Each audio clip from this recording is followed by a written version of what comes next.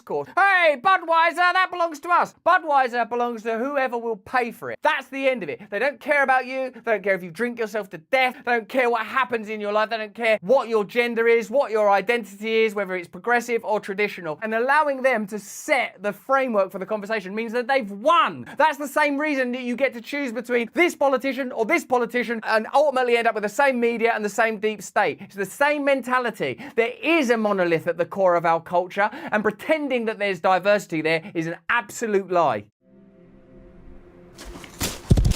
Having evoked the ire of their former market with a progressive-looking advertisement, piece of propaganda, they are now attempting to re-engage the traditional market base with a more pastoral, conventional American commercial. Do Budweiser care about America, or do Budweiser care about... As Anheuser Busch does, you know, we have the ability to recruit amazing talent, and we're very deliberate about it in terms of who we bring in, making sure that they're the right fit for the culture.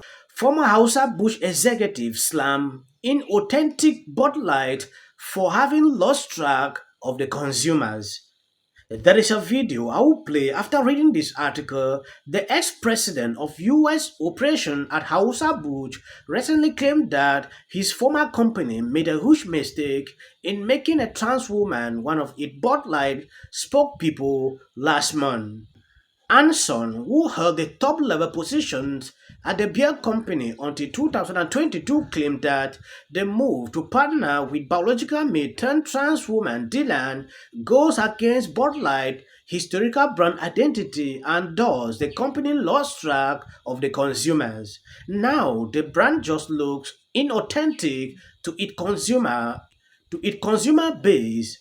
The former Anheuser Busch executive, who is the co-founder and co-president of Strike Assistant Management, along with 2004 Republican Party presidential candidate Vivek, provided a brutal observation to the New York Times in a piece published Tuesday. Here now, former executive at Anheuser Busch and Strive Asset Management co-founder Anson Frericks. Anson, good to see you. Thanks for joining us. So, how does this play out? Good evening. Does Bush give a mea culpa for their misguided relationship with the transgender individual, or do they stick to their guns and still lose to Miller and Coors? So what I hope they end up doing is not just doing some of the real small cosmetic changes they've made already, which is replacing some of their marketing team. I think what they need to be doing moving forward is being clear about who they will be accountable to. Is it going to be the shareholders of the organization, or is it going to be the stakeholders of the organization? And let me explain that. Historically, Anheuser-Busch has been accountable to its shareholders, the firefighters, doctors, police officers, that either their pension funds or 401ks are invested in Anheuser-Busch, and Anheuser-Busch is expected to make great products and services like an apolitical Bud Light that drives value for those shareholders. Recently, though, they have adopted a form of stakeholder capitalism, which is pushed by companies like BlackRock and State Street and Vanguard that ask companies to be accountable to all stakeholders. These include activists and political organizations. And unfortunately, when Anheuser-Busch is beholden to these stakeholders, they end up being everything to everyone and actually nothing to anyone. And Anson, tell the audience, as you worked within Anheuser-Busch in a senior management job. So you know this firsthand. And yes, they thought by doing this, the issue will be resolved. Nothing has changed.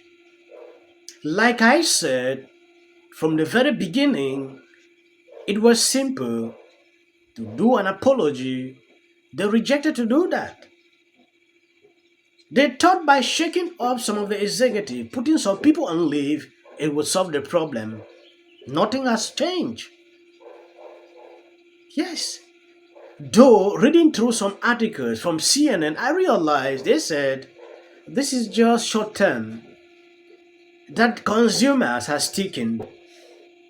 If you see the consumer base of Bud Light now, those people will stick together no matter the situation. So if they continue to be adamant to apologize, they are doing the company more good, which is a lie.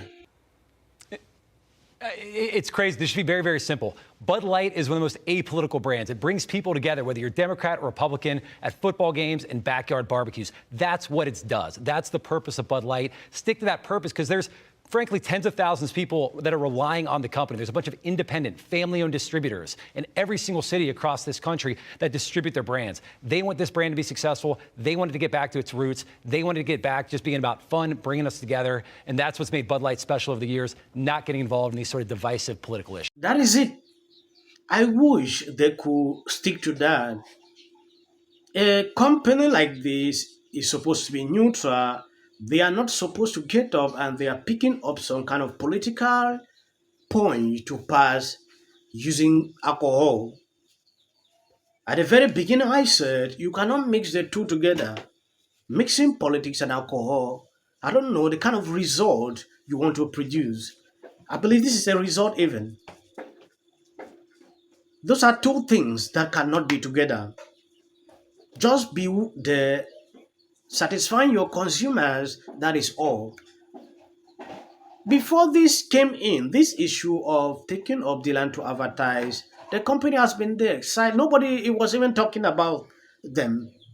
Just get up one morning, someone gave you a very bad advice, you took up that decision to spoil your brand, and the person is there now doing videos on TikTok and struggling to modify the kind of content he has been putting out for people to consume because of this kind of backlash he has received. It's problematic, and what's really scary about this as well is that a lot of these corporations here in the U.S., they're adopting this stakeholder capitalism model, which has been around in Europe for 40 years, as opposed to the U.S. shareholder primacy model espoused by Milton Friedman for the last 40 years. And what's scary about it is European broad-based markets, they tend to trail the U.S. by 200 to 300 basis points per year. So over the last 40 years, it's been thousands of basis points have been lost if you were a European investor in the stakeholder capitalism model versus the U.S. model. So at Strive, this is one of the things that we're trying to do is bring back that shareholder primacy, reminding folks that if you're a pension fund or if you're investing for the long run, that you have to decide, am I going to accept 200 to 300 basis points per year in declining results with this stakeholder capitalism model, or do I want to have shareholder primacy? So we're trying to lead the charge. We're trying to remind folks, be accountable to your shareholders. That's what drives value. That's what's going to continue to unleash the potential of American free market capitalism is shareholder primacy, not this idea of stakeholder capitalism. Right. Strive equals not woke. Anson and Frericks, thank you for joining us. Appreciate it. Good stuff. Thanks, Anson. Yes, that was Russell Brand. At the beginning of the video, you saw his take partaking to this issue. He has been silent, not talking on what is happening. I was recently shocked when I realized he had to cover what has been happening after almost 1 month. It is of call for concern. The mainstream media has taken off to cover this topic, which is something they neglected at the very beginning. It is a call for concern. Thank you guys for always been there sharing out my videos. God bless you abundantly.